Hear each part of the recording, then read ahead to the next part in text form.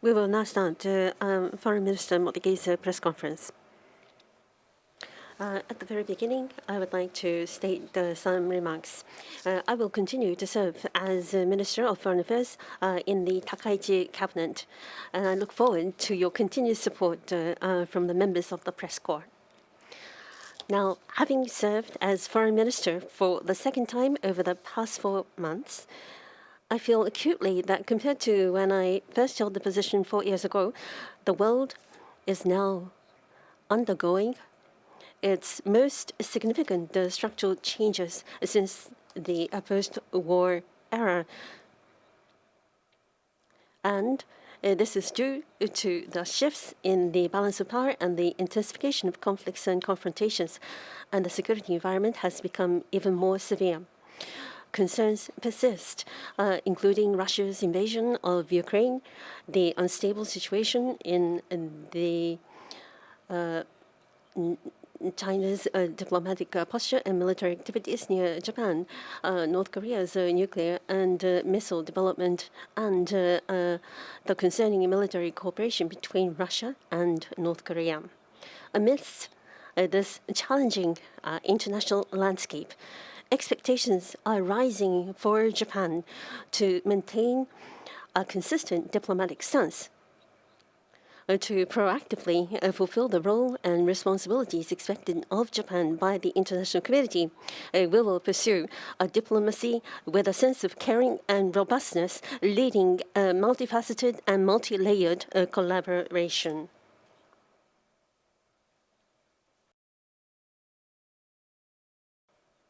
Now, in order to secure the safety as well as the peace of Japan, we will continue to work with the National Security Conference and also review the three policies and of security.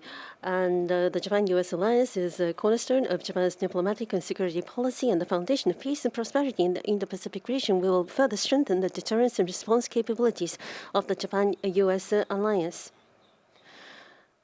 We will continue to work closely with the United States at various levels, including between leaders and foreign ministers at the high level as well.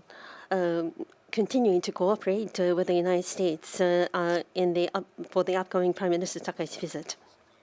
While with the free and open Indo-Pacific as a pillar of Japan's diplomacy, we will strategically evolve FOIP in response to changes and new challenges over the past decade since its proposal.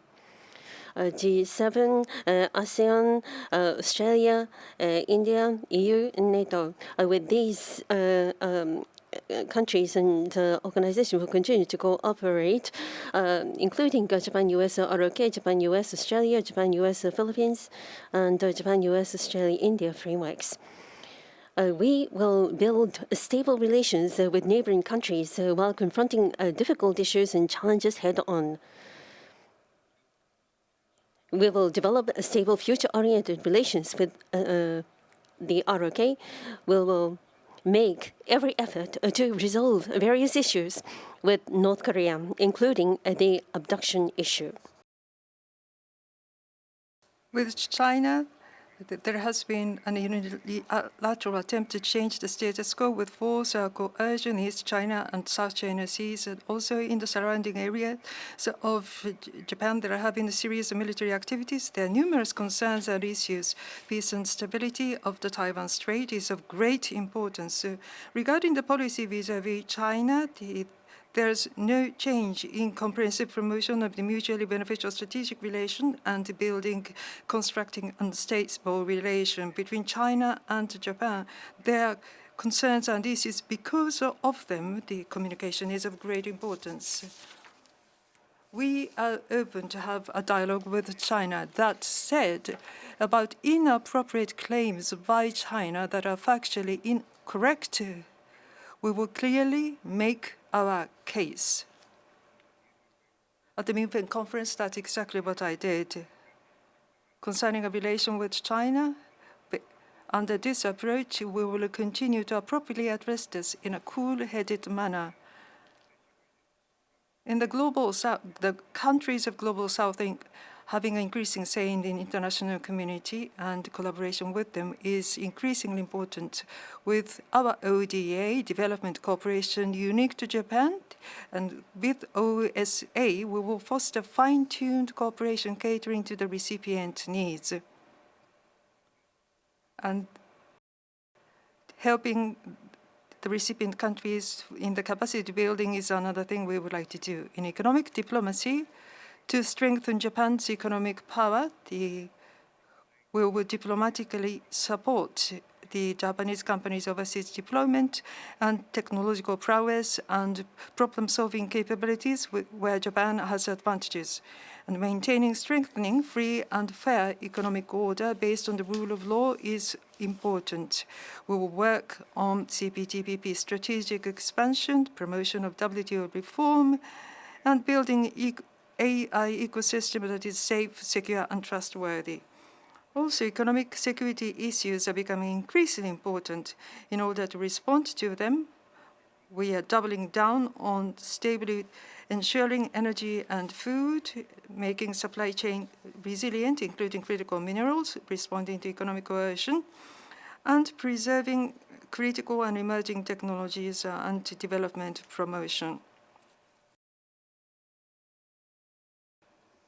There are even more detailed matters, but just to share with you overview, under this policy, I would like to tackle on the diplomatic activities going forward. Thank you.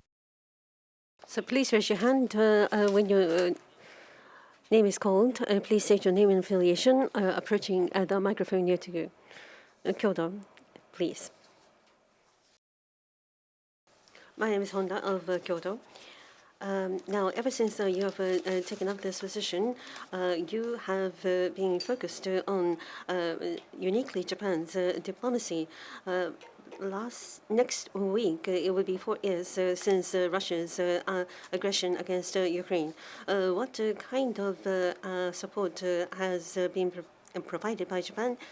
And furthermore, how are you going to tackle reconstruction, inclusive of the prioritized Ukrainian requirement and LESPO? Regarding Ukraine's aggression by Russia by Ukraine shakes the foundation of international order. This is using force to change the status quo, which cannot be tolerated. Therefore, we hope to realize the fair as well as continuous peace in Ukraine. At the G7 foreign ministers meeting in Munich, I stated this view. There is no change in this policy. Now, regarding support for Ukraine, on the part of Japan, I would like to talk about what we have conducted so far. We have been working with G7 countries to provide humanitarian as well as fiscal, financial, and for reconstruction to the tune of $20 billion of assistance. We are implementing these measures in a steadfast manner in terms of bulletproof vests as well as SDF vehicles and equipment have been supported as well. We will continue to work with the international community so that the social and economic structure of Ukraine can be enhanced. And therefore, we will continue to provide reconstruction support to the country. The point you have made regarding the prioritize Ukraine requirement LESPO on the 14th of February, when I had a meeting with Secretary Rutte, this topic was discussed. And we have decided to coordinate with NATO going forward on this matter. Now, Japan is situated in Asia, and we are providing significant support to Ukraine. And this has been highly evaluated by other nations. On my part, I said that Ukraine today could be East Asia tomorrow. That is the point I'm trying to emphasize. We have a sense of crisis in tackling this issue at the same time with Europe as well as Atlantic. and Indo-Pacific security are a part and parcel and therefore unilateral use of force to change the status quo cannot be tolerated wherever in the world. Therefore, we should work with allies as well as like-minded nations to cooperate and oppose such a movement. We have done so in the past and will continue to do so going forward. Next question, please. Asahi Shimbun newspaper, Miyawaki-san. Miyawaki, Asahi newspaper. At the outset, as you mentioned, about the FOIP, strategically evolving the new FOIP, how the new FOIP should be. What is your take, Minister Motegi? And also, Russia and Israel, they exercise to use force, and the United States conduct a military operation vis-à-vis Venezuela. The order is being eroded. The rule of law, what kind of power does it have in the international situations? Since the FOIP was advocated, as I said, 10 years have passed during that time. International situation surrounding Japan and security environment surrounding Japan has become increasingly severe. On economic security and emerging technology, international competition is now taking place. There are new issues. Also, the emergence of the global south, including that there have been major structural changes. 10 years is a milestone, and there have been so many changes. So responding to these changes in the most optimum manner, the FOIP must be evolved strategically.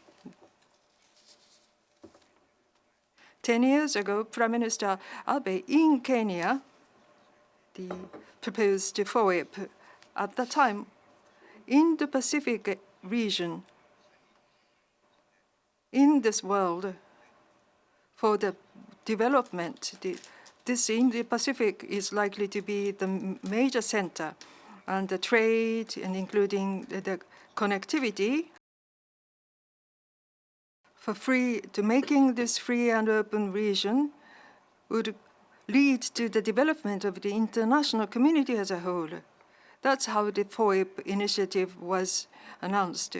Given that the situation at the time, this was a major initiative, and it attracted attention and garnered support. And then one of the things is, as I said before, economic security. For instance, critical minerals and other issues. For many countries in the Pacific, those are extremely important matters. Creating a resilient supply chain. Such an issue at the time did not attract so much attention, but nowadays it has become one of the most important issues. For instance, maritime transportation, safety of maritime transportation. We were thinking about that at the time as well. Maritime security. Ports are included. And also concerning the maritime security, to protect them, capacity building support has become also very important. With OSA and to enhance security capability of various countries, in a multilateral manner, supporting them and promoting them has become important. So including all these elements, strategic evolution is something that we would like to promote. At the same time, if you look at the principles of FOIP, the upholding freedom, the rule of law, and respecting diversity, inclusivity, and openness. While there might be some changes in time, these principles remain unchanged, and they need to be upheld going forward as well. Concerning the evolution of FOIP, strategic evolution will be promoted, as I shared with you, by upholding the principles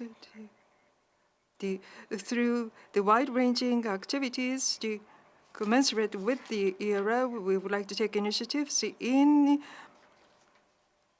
playing Japan's role and responsibility expected by the international community, and how to evolve this FOIP and concretize them. That's really the pillar of Japan's diplomacy. Next question, please. If not, we will bring this meeting to a close. Thank you very much.